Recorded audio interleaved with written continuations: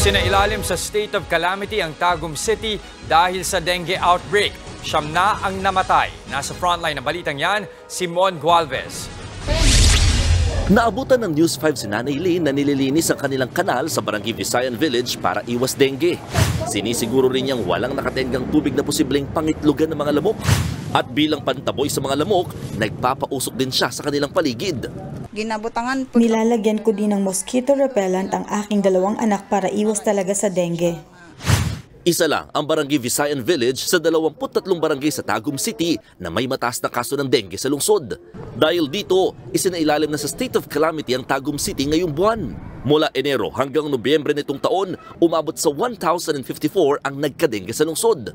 Siyam ang namatay. Pinakabata dito ay 3 taong gulang.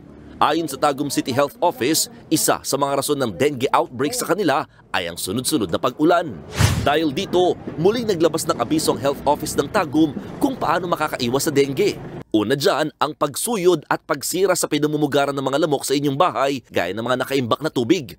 Pagprotekta sa sarili gaya ng pagsusuot ng long sleeves o pagpahid ng mosquito repellent o lotion. Kung may nararamdaman naman, sumangguni ka agad sa pagamutan. Hinihikayat din ng publiko na makipagtulungan sa mga LGU sa ginagawang pagpapausok kontra dengue. Lagi rin daw uminom ng tubig. You have to protect yourself at all times. Pag napansin nyo na dumami yung mga lamok sa paligid nyo, sa bahay nyo, you have to report it to the City Health Office. Nagbabalita mula sa frontline, Mon Gualvez, News 5. Mga kapatid, Julius Babaw po. Huwag maging huli at maging una sa lahat ng balitaan. Para sa tuloy-tuloy na talakayan sa Frontline, mag-follow at mag-subscribe sa social media pages ng News 5.